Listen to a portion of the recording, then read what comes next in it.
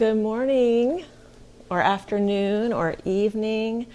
Look at my cute elephant. I have to share this with you because she makes me so happy. Look at this mama elephant with 1, 2, 3 babies on her back. Do you guys know how much I love elephants? I love elephants. I donate to at least 2 or 3 different Save the Elephant organizations, and my heart is just full when I connect to the elephants. What animals do you love? Hi, Sherlyn. Okay, so beauties, some musings. Yesterday, I had such a wonderful, fun session with a client who lives locally. So when I work with her, I go to her home, and which is always fun. 95% of my work is done on the phone, and I love that. It's easy. I can be in my pajamas. I don't have to put on makeup. I don't even have to take a shower. Because the clarity is all the same regardless of if I'm in person or if I'm on the phone. But this client prefers that I go to her home, and I'm happy to do so. And she has just a beautiful sacred space in her home. So one of the things that we're working on, which gets me so pumped up, is we are working on channeling. I am teaching her how to channel, which is so exciting for me because it brings me back to the memories of when I was learning to channel 11, 12 years ago. And I would sit with my mentor, who at the time was Sally Baldwin. She is on the other side now, but I sat with her in a very small, intimate channeling class out of her home where we had our pendulums. Let me show you.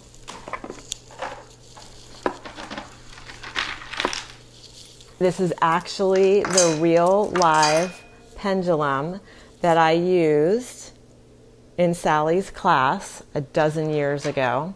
And we would sit with our alphabet grids, and we would connect with our guides, and we would have the guides spell their name out for us, and we would ask questions and get the answers spelled out. And it was just awesome and fun and high vibe and exciting and scary because it's like, oh my gosh, there's stuff coming through. How amazing is that? So it was really super great because I was watching this client's face as she was channeling, and she would hold her pendulum, and she would get her yes and no responses, and she would get the name of the guide that was with her to spell itself out, and her face was just glowing. And when she would look up at me when she got her answers, she'd be like, it's this and it's that, and this is the letter, and it says yes, and I could just see the joy and be part of that joy. I imagine all of us can think of times where we have, whether it was in the role of a parent or a teacher or a counselor or a therapist or a mentor or a spouse, where we were teaching something or sharing something, and the person we were with, we watched it click for them. We watched it settle down into that deeper place of knowing and excitement and possibility. So it was awesome. And so I want to encourage all of you to become your own clear channels. Okay, there's a lot of ways to do this. We are all channels. We're all channeling all the time. But you can have control over the clarity of that which comes through you by simply maintaining yourself as a clear channel. So I say simply, but that's not to mean that it doesn't take mindfulness and attentiveness and consistency and self-dedication and self-love and self-appreciation and all that good stuff. So it is a process for sure, but it's worth it. Because if you can tap in and bring in highest level loving guidance from source energy, and from your guidance system, your guides, from your inner voice of wisdom, your intuition. If you can move around in your role on the planet with that intact, hello, there is really nothing else matters. Everything has a level of clarity, and everything reveals itself to you in the divine timing that it's meant to. And everything that you think you need or you want, if it's true that you really do need it, it will show up. If it's true that you really do want it, it probably will also show up. Because if your point of attraction is clear and clean and high vibrational and full of love, and you are emanating that and trusting in the universe, trusting in your inner voice of wisdom, then you are that attraction point. You are that magnetic resonance that draws in to you. So I wanted to share that because the truth is, I want to do more of that. I want to work more one-on-one or in small groups, and this would probably more be a live situation. But for those who wish to learn to channel and who are willing to go the route of learning first with a pendulum, I find that this is the greatest tool, or one of the greatest tools, to bring in when you are in the beginning stages of channeling, or of channeling in a different and new way. It's a fun to hold tool. It's a way to connect that which is in the beyond to that which is here, to you and your physicality. The pendulum really does move. It will give you good information, and it can create a more trusting relationship of you, with you, with you, with you, the higher self you, the grand version of you, the human you, the essence you. So I might just start a channeling group here locally in South Florida. If you think you are interested, private message me if you want in on this. We would need to meet probably 3 or 4 times to really get you started. All you would need are two things: a pendulum, which you can buy most anywhere, and a board that helps you to spell. But as I was working with this client yesterday, I was just so filled with excitement and enjoyment and love and creativity that that's my signal. That is my soul's signal that keep going with that, girlfriend. That's what my higher self tells me when I feel that way. Keep going with that. So, what else? This week for my local soul sisters, I have a group that I really want to fill. It is a live channeling group. It is at the Sattva Wisdom Center. It's a charity fundraiser.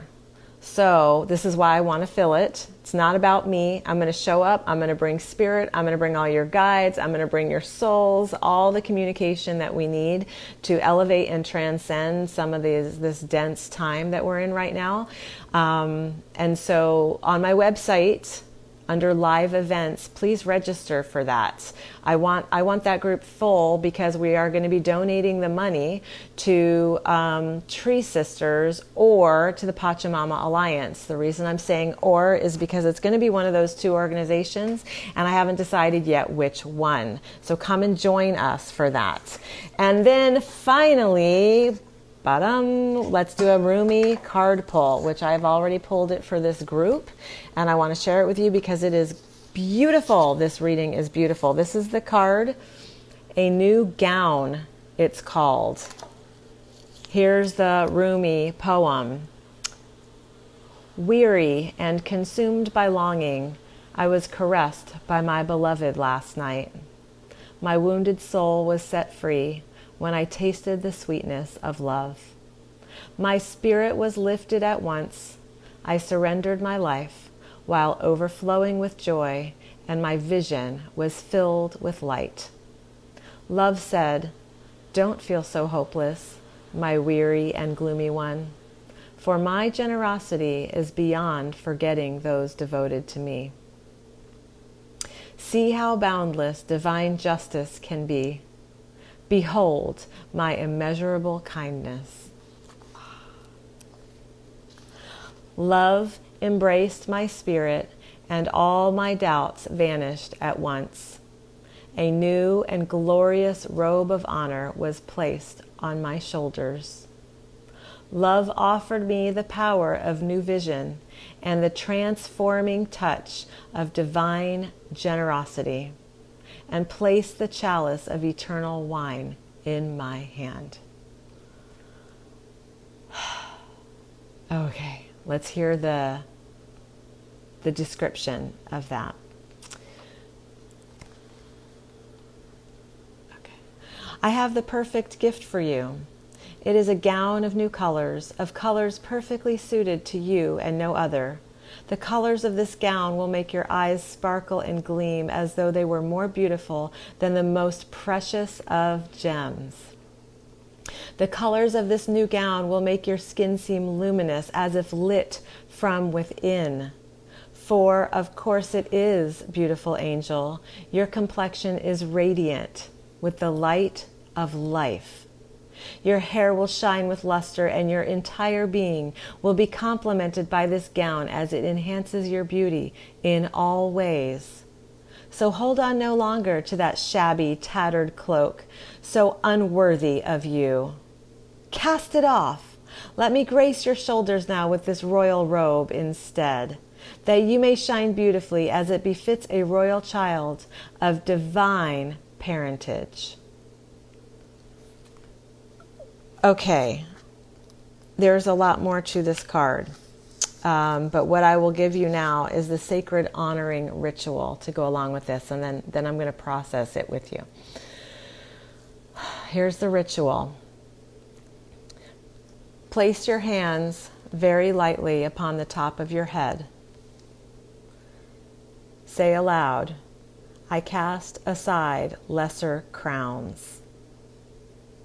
Open your hands up to the heavens and say aloud, I receive the royal gown descending through grace.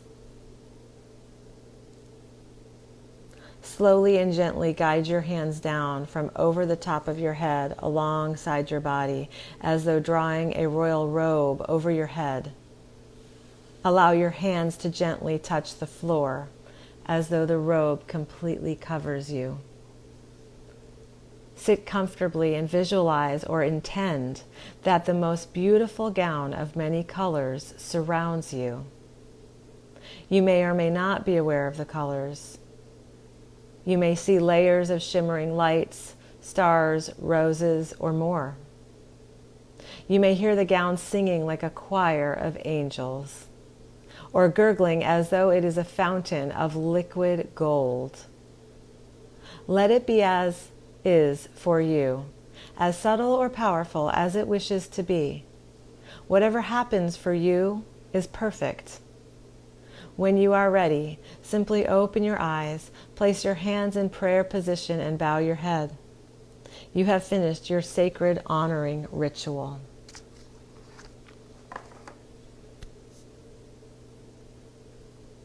How beautiful is that? How perfect is that card for you right now?